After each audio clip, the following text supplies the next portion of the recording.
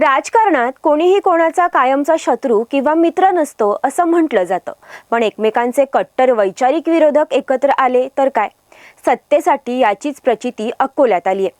बटेंगे तो कटेंगे असा नारा देणाऱ्या भाजपने चक्क असदुद्दीन ओवैसी यांच्या MIM पक्षासोबत संसार थाटलाय.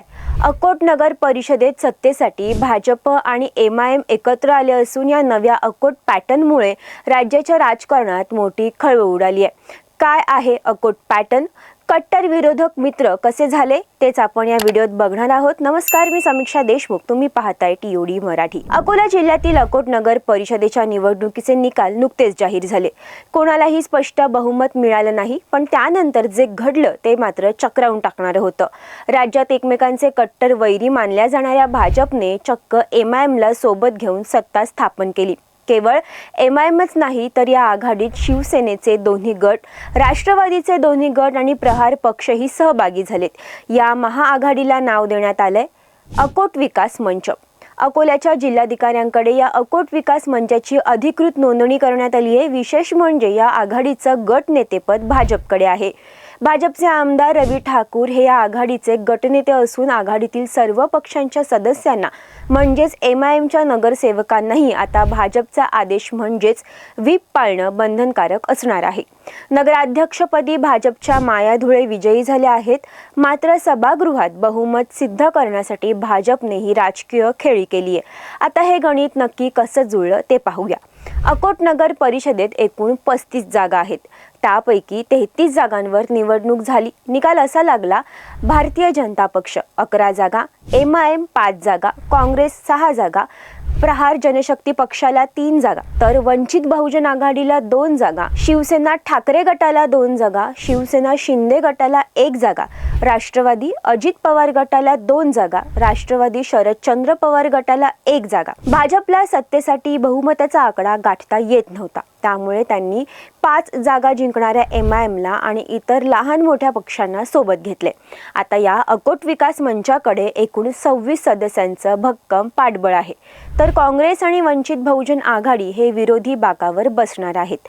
ही युती राजकीय वर्तुळात चर्चेचा विषय ठरली आहे, कारण तिचं स्वरूप अत्यंत विरोधाभासी आहे. एका बाजूला भाजप हिंदुत्वाचा पुरस्कार करतो, तर दुसऱ्या बाजूला ओवैसींचा MIM पक्ष मुस्लिम राजकारणासाठी ओळखला जातो.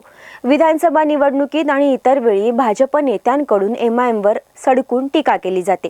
नगराध्यक्षपदाच्या निवडणुकीत भाजपचे उमेदवार माया धुळे यांनी MIMच्या फिरोजाबी राणा यांचाच पराभव केला होता. मात्र निकालानंतर सत्तेच्या खुर्चीसाठी हे दोन्ही पक्ष गळ्यात गळे घालून उभे राहिले आहेत. 13 जानेवारीला अकोटमध्ये उपनगराध्यक्ष आणि स्वीकृत सदस्यांची निवड होणार आहे. त्यावेळी हा अकोट विकास मंच एकजुटीने मतदान करेल.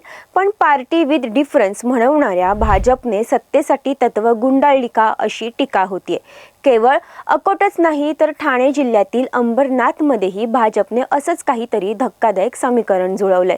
एकनाथ शिंदेच्या शिवसेनेला चेकमेट करण्यासाठी तिथे भाजपने चक्क काँग्रेससोबत हातमिळवणी केली. त्यामुळे एका ठिकाणी काँग्रेस मुक्त भारताची घोषणा आणि दुसऱ्या ठिकाणी स्थानिक स्वराज्य संस्थांमध्ये सोयीनुसार किंवा MIM सोबत युती अशी भाजपची दुहेरी भूमिका समोर आली. पण आता या संपूर्ण प्रकरणावर मुख्यमंत्री देवेंद्र फडणवीस यांची एक मोठी आणि स्पष्ट प्रतिक्रिया समोर आली आहे. त्यांनी एका मराठी वृत्तवाहिनीला दिलेल्या मुलाखतीमध्ये असं सांगितलंय की मी स्पष्ट शब्दात सांगतो, काँग्रेस आणि MIM सोबत कुठलीच युती चालणार नाही. ही युती तोडायलाच लागणार. स्थानिक पातळीवर कोणीही गोष्ट केली असेल तर ती चुकीची आणि गैरवर्तनीय आहे. ज्यांनी हा निर्णय घेतला असेल स्थानिक पातळीला त्यांच्यावर कारवाई होणार हे नक्की. मुख्यमंत्र्यांच्या या वक्तव्यानंतर हे स्पष्ट झाले की राज्याच्या नेतृत्वाला विचारात न घेता स्थानिक भाजप नेतृत्वाने अकोटमध्ये MIM सोबत तर अंबरनाथमध्ये काँग्रेस सोबत युती केली आहे. यावर कारवाईचे आदेश दिल्याचेही फडणवीस यांनी स्पष्ट केलं आहे.